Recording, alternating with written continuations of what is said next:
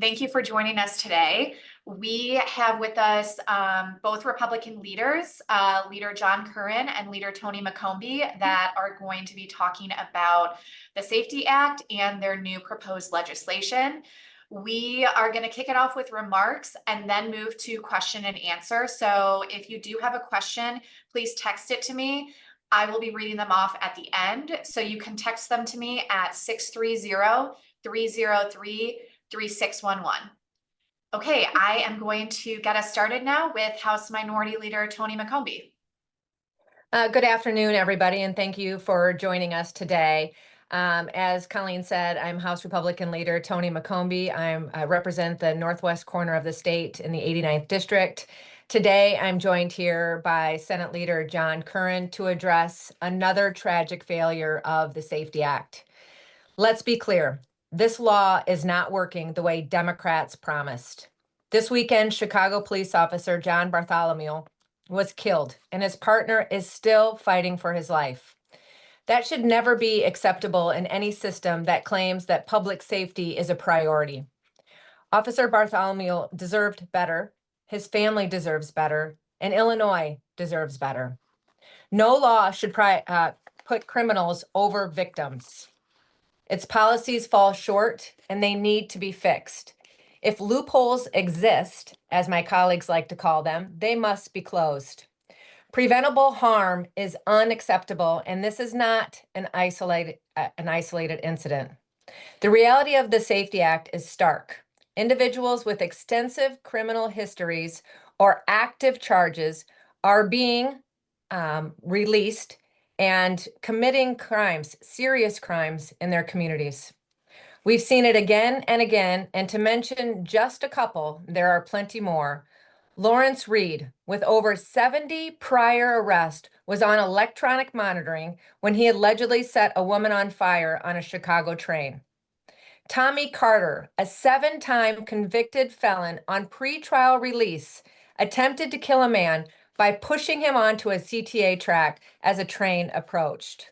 And like I said, there are several others just here in Illinois. We've also seen individuals on pretrial release involved in police chases, reckless firearm discharge on public transit, and violent attacks on law enforcement, even after cutting off their electronic monitoring device. This is not a pattern, not an exception. And now the most recent example. Alfonso Talley, a 7-time convicted felon, with pending armed robbery and carjacking charges, was released on a pretrial release. He had no business being on the street. And now a police officer is dead and another is fighting for his life. So let me be clear. Releasing somebody with that kind of criminal history does nothing to protect our communities. Even the governor himself has acknowledged that tweaks may need to be made. Republicans, we didn't wait, we reacted. We have introduced roughly 40 bills and now 41 bills, formed a working group and pushed real solutions to fix all of these flaws. The question is no longer if reform is needed, it's how many more tragedies need to happen before action is taken place. With just 4 weeks left in session, the time for conversation is over. The time for action is now. We cannot wait. And now I'd like to introduce Leader John Curran. Thank you, Leader McCombie. We are here today to talk about a real solution to the constant stream of violent reoffenders who are turned out onto the streets over and over again, that has led to the murder and attempted murder of 2 Chicago police officers. A public safety system that allows police officers to be shot and killed on a regular basis is not a system that is working, and it is not the type of public safety environment we want for our families. No one is safe in a society where you can go and shoot a police officer. This is not about cash bail. This is not about petty, nonviolent offenses. This is about public safety for everyone. Letting violent offenders out over and over again to commit more violent crimes isn't creating less prisoners. It's creating more victims and more chaos. This bill is a critical solution to hold violent criminals accountable and protect potential future victims. Senate Bill 4195 and the companion House Bill 5757 are basic common sense amendments to the Pretrial Fairness Act that says if you are arrested for a felony and while you're on pretrial release with an ankle monitor for another felony, you are held until you have your day in court and have resolved both cases. Pretrial release is a second chance. It is not a third, a fourth, or a 12th chance to go and create more chaos in society, harm victims, or even kill police officers. This simple change will not only help prevent future victims, it will also help prevent offenders from committing more crimes while they have a case pending, and will instead give them a chance to deal with their current charge and hopefully get them the help that they need. Had this law been in place, we'd have 2 police officers heading out today to serve the citizens of Chicago.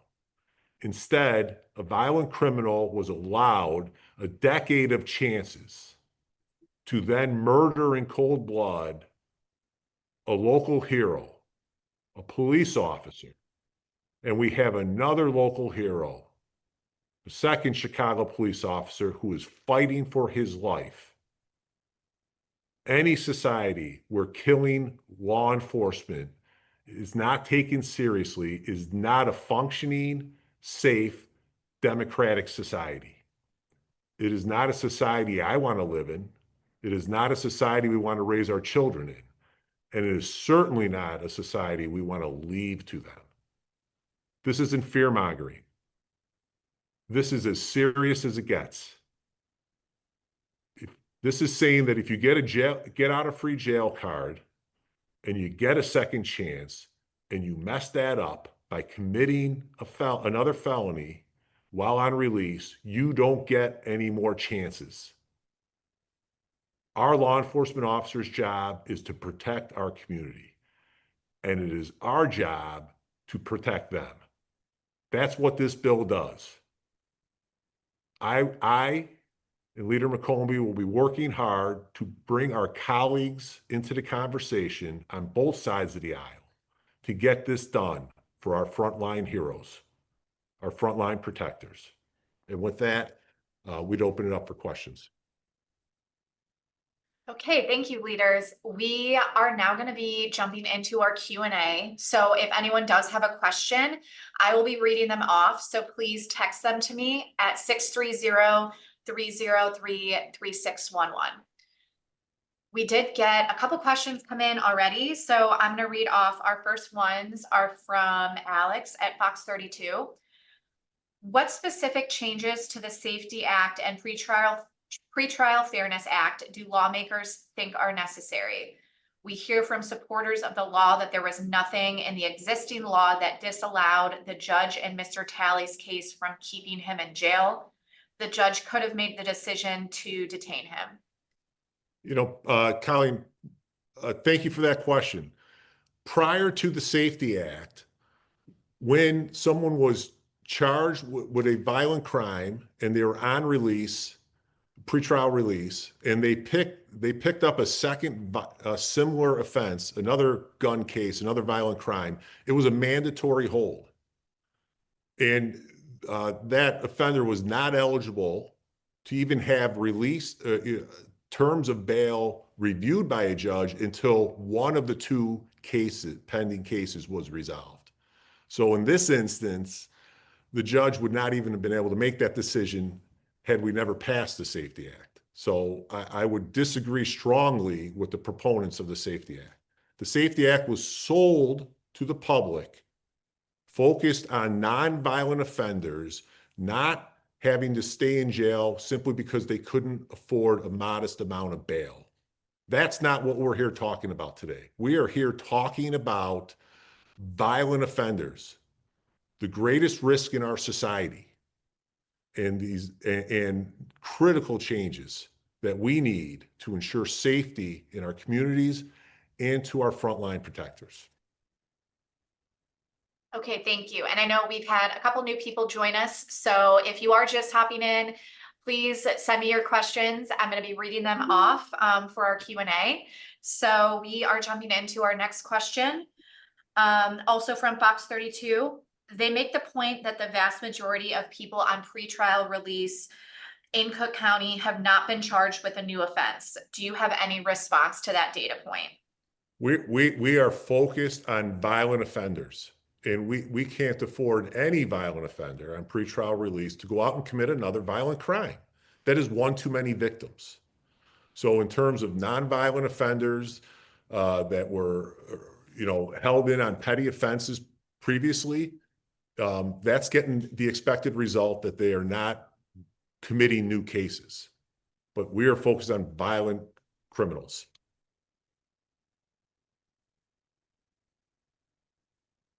Okay, thank you. And we did just have another couple people join us. So once again, we are in our Q&A.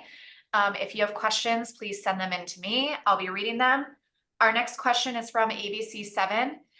Do voters need to send a message to judges like the one in this case by voting them out when they come up for retention? In this case, Judge ILCS up in 2028. I'll take that one. I think voters should always be paying attention. And unfortunately, judges are hard to research, unlike those of us in the House and the Senate. I'm not a big fan of folks that always just say no on retention, but in a lot of cases, we have a lot of mistrust in our judicial system. And certainly people need to do their due diligence. And if we have a liberal judge presiding, then yeah, definitely they need to be voted out of office. I would just add, we need better laws. We need better rules. This decision never should have been in front of this judge. It should have already been a mandatory hold. That record, that extensive record, should not be eligible for any review on release. So, really, I think this is on the Safety Act, this particular instance. Yeah, I don't disagree with that. Okay, thank you, everyone. We don't have any more questions that have come in. I appreciate everyone being here today for this, and let me know if you have any additional follow-up. Thank you. Thanks. Thank you.